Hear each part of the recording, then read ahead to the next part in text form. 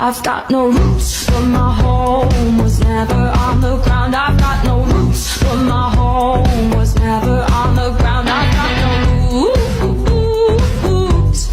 I've got no roots.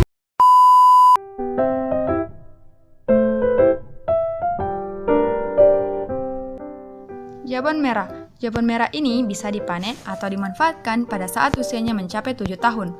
Jabon ini tingginya bisa mencapai 20 meter, namun ukuran lebarnya masih bisa lebih besar lagi.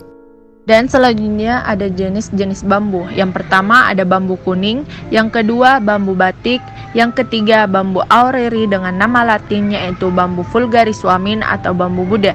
Yang keempat ada bambu porcatus, yang kelima ada bambu putih dengan nama latinnya yaitu bambu cungi balbellata. Yang keenam ada bambu incamata, yang ketujuh ada bambu tectilis gracilis, yang kelapan ada bambu bulo, yang kesembilan ada bambu patung. Lalu masuk ke pohon jati. Yang pertama ada jati semobiotrop yaitu jati dari hasil kultur jaringan. Yang kedua jati muna yaitu hasil dari generatif. Yang ketiga jati wanagama UGM yaitu jati hasil dari stek pucuk atau okulasi. Yang keempat jati inti yaitu jati hasil dari stek pucuk. Yang kelima jati putani cepu yaitu jati hasil stek pucuk. Yang keenam ada jati khusus yang berasal dari kultur jaringan, tetapi sebelumnya jati ini harus memasuki lab terlebih dahulu. Pohon jati bisa dimanfaatkan ketika usianya mencapai 10 tahun. Semua pohon jati di video ini ditanam pada tahun 2016. Pohon jati memiliki harga yang cukup mahal karena kayunya yang memiliki kualitas yang bagus, bahkan bisa lebih mahal dari jabon merah. Ini ialah tempat pohon yang berbuah seperti bidara, buahnya bisa dikonsumsi. Selain bidara, di sini juga terdapat pohon pisang, pala, tala, aren, dan masih banyak lagi tanaman koleksi. Tempat ini berguna untuk mengambil stem, tetapi untuk bambu sebaiknya steknya diambil dari demplok bambu, karena sudah ditanam di tanah dan jangkauan makanannya lebih luas. Otomatis pertumbuhan bambunya juga lebih bagus. Alat ini bernama pengirim sistem tetes. Jadi, tanaman yang ada pada polybag penyiramannya menggunakan sistem tetes. Sistem ini 3 kali sehari, akan berjalan otomatis, bisa juga diatur. Lubangnya berfungsi agar dapat diketahui kapan tanamannya sudah jenuh dengan melihat air yang keluar pada lubang.